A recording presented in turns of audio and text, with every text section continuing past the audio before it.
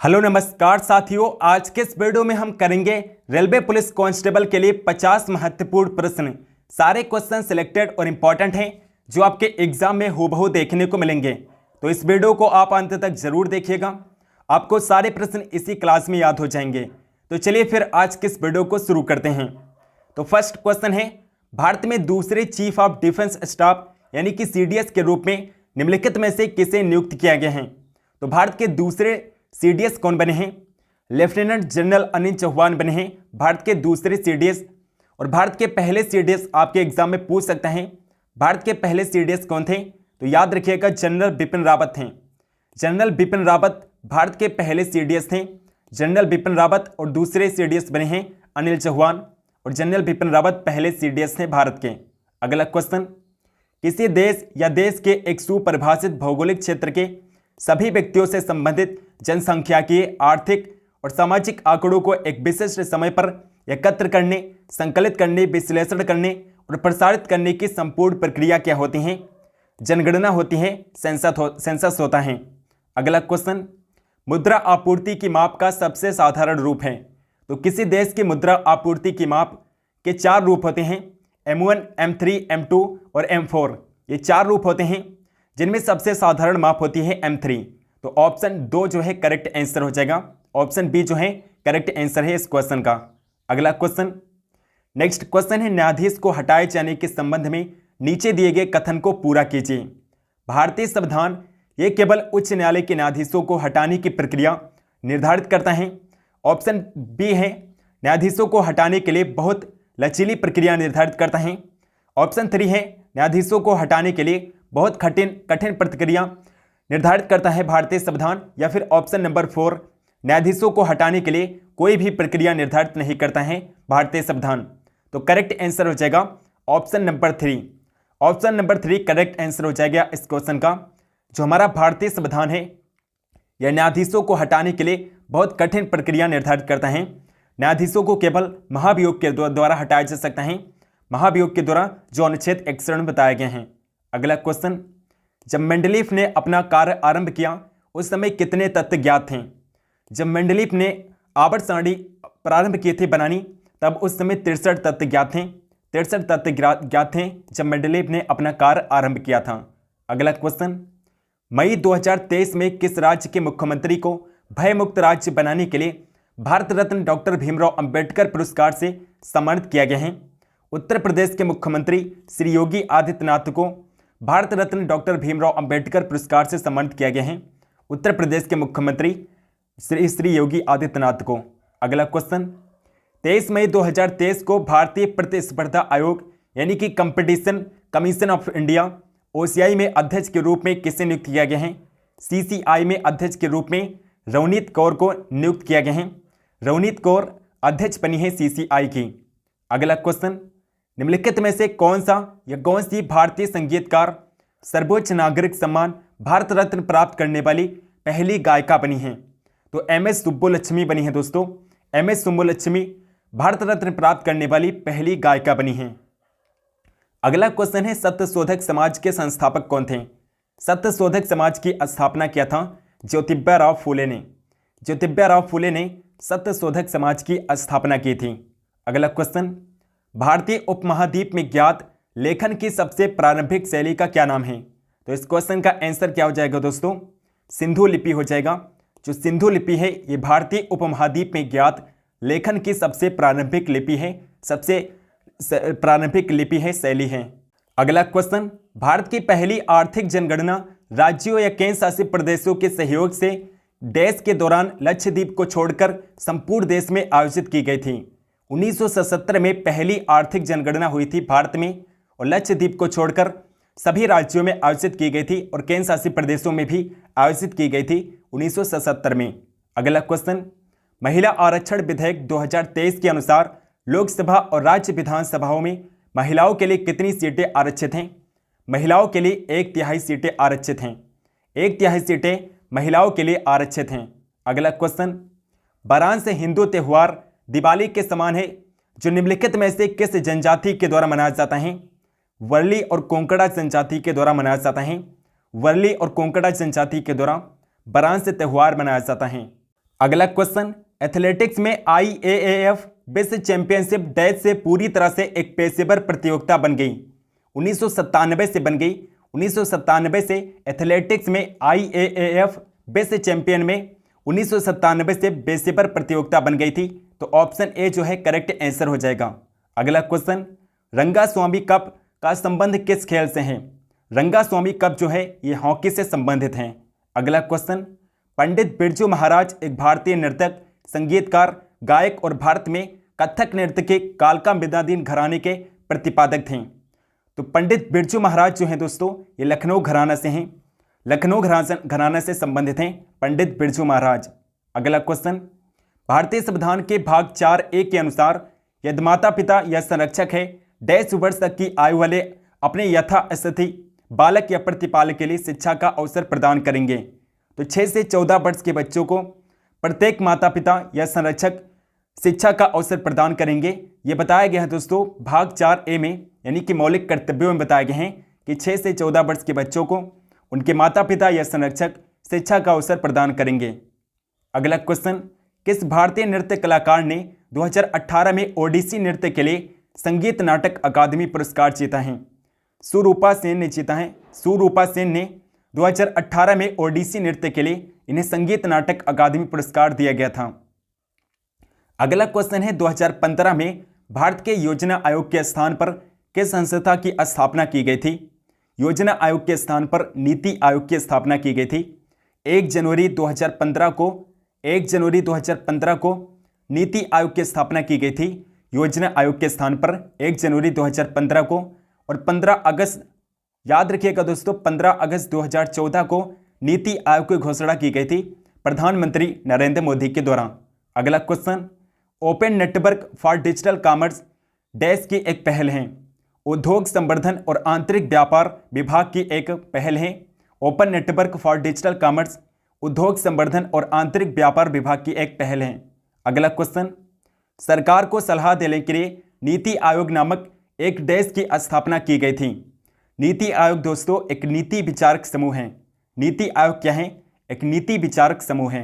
अगला क्वेश्चन, संगीत नाटक अकादमी संगीत, नृत्य और नाटक के लिए भारत की राष्ट्रीय अकादमी है।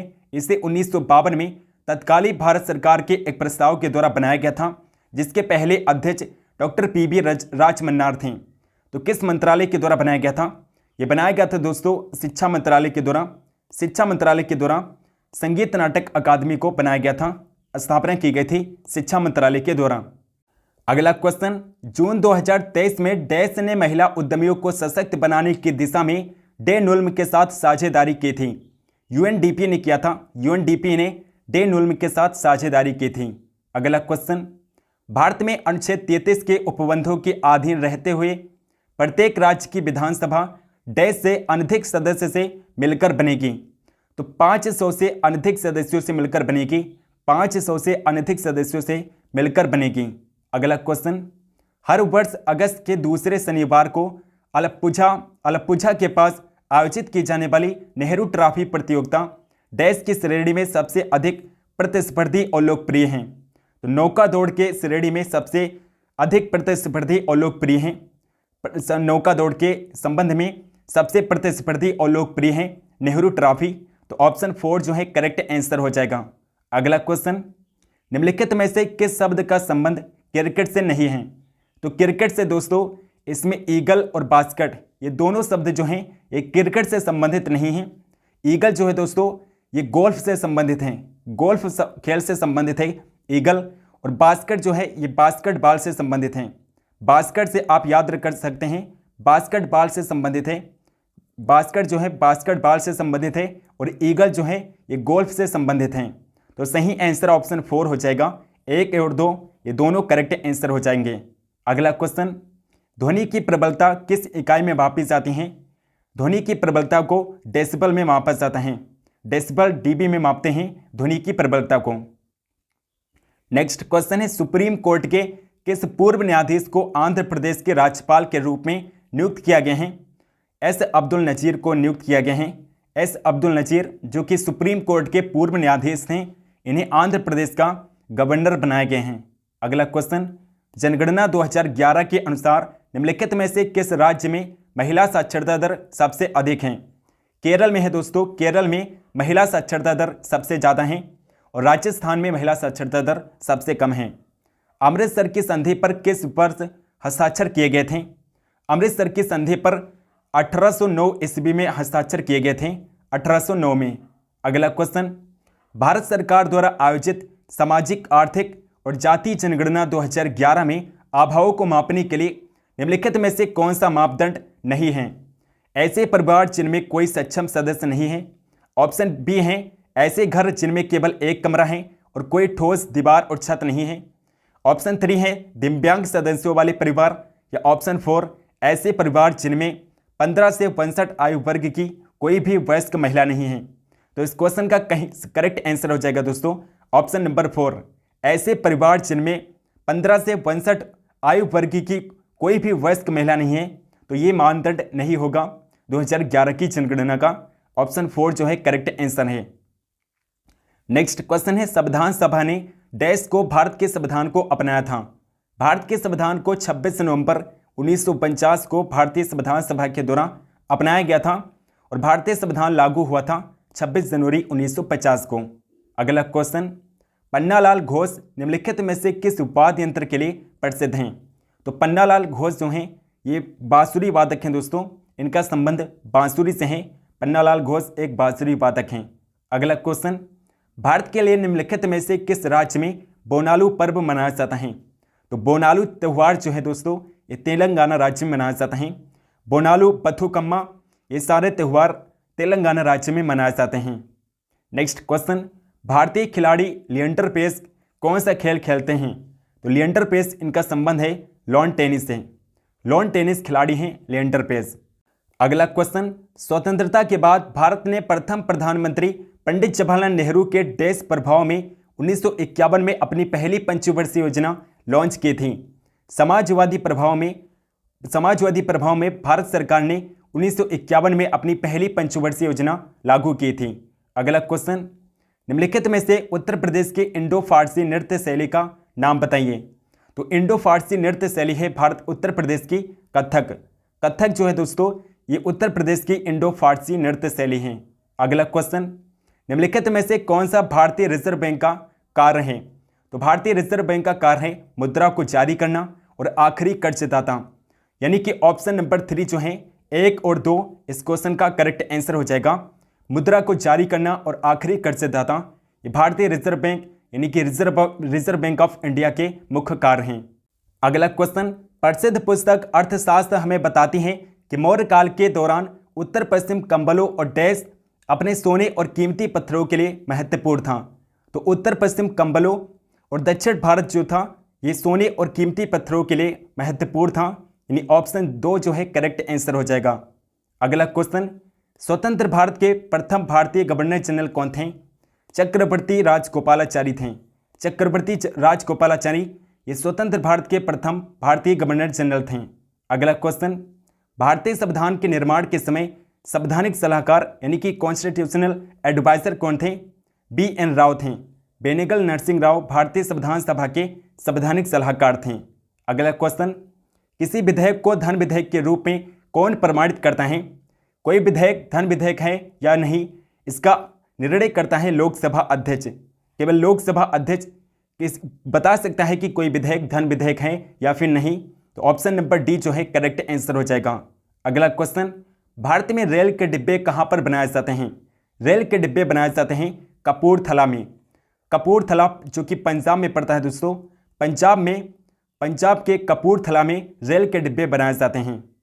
नेक्स्ट क्वेश्चन है, अंडमान व निकोबार द्वीप की सर्वोच्च चोटी कौन सी है? अंडमान निकोबार द्वीप समूह की सर्वोच्च ऊंची चोटी है सैंडल पीक। सैंडल पीक सबसे ऊंची चोटी है अंडमान निकोबार द्वीप समूह की और इसकी ऊंचाई है 731 मीटर। 731 मीटर इसकी ऊंचाई है। अगला क्वेश्चन है, काली मिट्टी सर्वाधिक किस राज्य में पाई जाती है? जो काली मिट्टी होती है दोस्तों ये कपास और गन्ना के लिए सबसे महत्वपूर्ण मिट्टी मानी जाती है और ये महाराष्ट्र में सबसे ज़्यादा पाई जाती हैं। काली मिट्टी को याद रखिएगा, ये महाराष्ट्र राज्य में सबसे ज़्यादा पाई जाती हैं। अगला क्वेश्चन, किस बंदरगाह का नाम बदलकर दीनदयाल उपाध्याय पोर्ट रखा गया था? कांडला बंदरगाह जो कि गुजरात में स्थित है, कांडला बंदरगाह का नया नाम दीनदयाल उपाध्याय पोर्ट रखा गया है। अगला क्वेश्चन, 2011 की जनगणना के अनुसार जनसंख्या के मामले में कौन सा राज्य तीसरे स्थान पर रहा है? तो बिहार है दोस्तों। बिहार तीसरे स्थान पर है जनसंख्या के मामले में। दूसरे स्थान पर महाराष्ट्र है। महाराष्ट्र दूसरे स्थान पर है और पहले स्थान पर है उत्तर प्रदेश। उत्तर प्रदेश जनसंख्या के मामले में पहले स्थान पर है और 2011 की जनगणना के अनुसार उत्तर प्रदेश की जनसंख्या है 20 करोड़। 20 करोड़ है जनसंख्या उत्तर प्रदेश की 2011 की जनगणना के अनुसार। अगला क्वेश्चन, अगर श्रीलंका द्वीप है तो भारत क्या है? भारत एक प्रायद्वीप है। भारत क्या है? एक प्रायद्वीप है। जो चारों तरफ पानी से घिरा होता है वो द्वीप होता है, लेकिन जो तीन तरफ से पानी से घिरा होता है वो प्रायद्वीप है। तो भारत क्या है? तीन तरफ से पानी से घिरा है, इसलिए भारत क्या है? एक प्रायद्वीप है। और श्रीलंका चारों तरफ समुद्र से घिरा है, तो इसलिए श्रीलंका को द्वीप कहते हैं। अगला क्वेश्चन है, अल्कोहल के निराभिषण यानी कि डिटॉक्सिफिकेशन के लिए कौन सा मानव अंग उत्तरदायी है? यकृत उत्तरदायी होता है। यकृत यानी कि लीवर। नेक्स्ट और लास्ट क्वेश्चन है, मनुष्य में मधुमेह यानी कि डायबिटीज रोग किस हार्मोन की कमी से होता है? इंसुलिन हार्मोन की कमी से डायबिटीज होती है। मानव में इंसुलिन हार्मोन की कमी से डायबिटीज होता है और जो इंसुलिन हार्मोन होता है अग्न्याशय के द्वारा स्रावित होता है। दोस्तों आई होप कि आपको ये वीडियो पसंद आई होगी। अगर आपको ये वीडियो पसंद है तो आप इस वीडियो को लाइक जरूर करिएगा और इस वीडियो को शेयर भी करिएगा। चैनल को सब्सक्राइब नहीं किया है तो प्लीज़ चैनल को सब्सक्राइब करके बेल आइकन को ऑल पर क्लिक कर लीजिए, ताकि हम जो भी वीडियो डालें उसकी नोटिफिकेशन आप तक जरूर पहुंचे। कमेंट करके बताइए कि आपको वीडियो कैसी लगी। कमेंट सेक्शन में बताइए कि आपको किस टॉपिक पर वीडियो चाहिए, हम इस टॉपिक पर वीडियो जरूर बनाएंगे। और अगर आपको इसका नेक्स्ट पार्ट चाहिए तो कमेंट सेक्शन में आप जरूर बताइएगा। टेलीग्राम चैनल को ज्वाइन कर लीजिए, डिस्क्रिप्शन बॉक्स में आपको लिंक मिल जाएगी। सो मिलता है नेक्स्ट वीडियो में, तब तक के लिए जय हिंद, वंदे मातरम।